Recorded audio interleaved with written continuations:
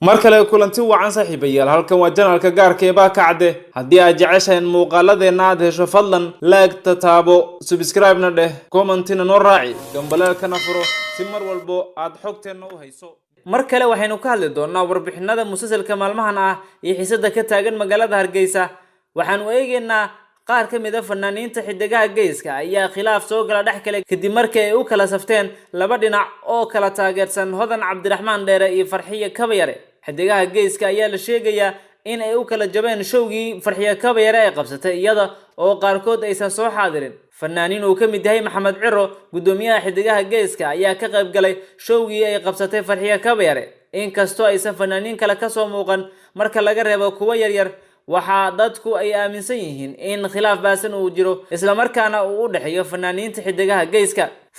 xidigaha geeska oo saaxiibo dhow ahaan jiray ayaa hadda la soo warinaya in ay kala go'een oo ay noqdeen saddex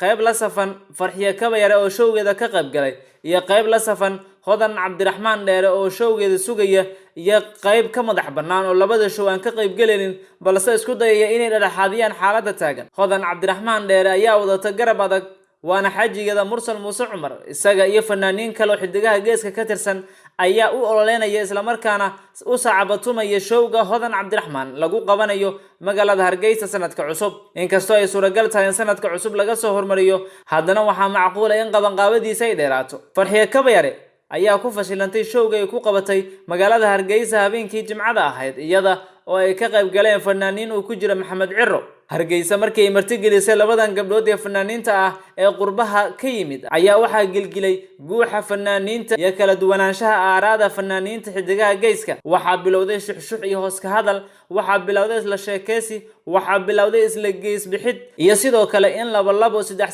iyo afar ay isugu jeestaan xidigaha geeska fanaaniinta ka tirsan kuwa oo nuxdooda ay ahayd sidii ay u qaabili lahaayeen labada show ee kala duwan ee labada gabdhood ee magaca ku leh fanka Soomaalida ay uga qayb gali lahaayeen fanaaniinta xidigaha geeska ayaa lagu wargeliyay in uusan banaanka u bixin khilaafkan dhexdooda ka jira isla markaana aan la dareemin inta labadan gabdhood ay ka tageen Hargeysa kadibna la isku soo laaban doono oo xal waara la gaari doono fanaaniinta qaar ayaa taageero u muujinaya Farxiye Kabayare halka kuwa qaarna Hodan Cabdiraxmaan Dheere ay taageersan yihiin magaalada Hargeysa ayaa martigelisay showgii ay qabsatay Farxiye Kabayare oo lagu qabtay hoolka hotelka Guuleed ee ku yaala bartamaha magaalada Hargeysa dad aan u badnayn ayaa ka soo qayb galay waxaana soo xaadiray fanaaniin aan badnayn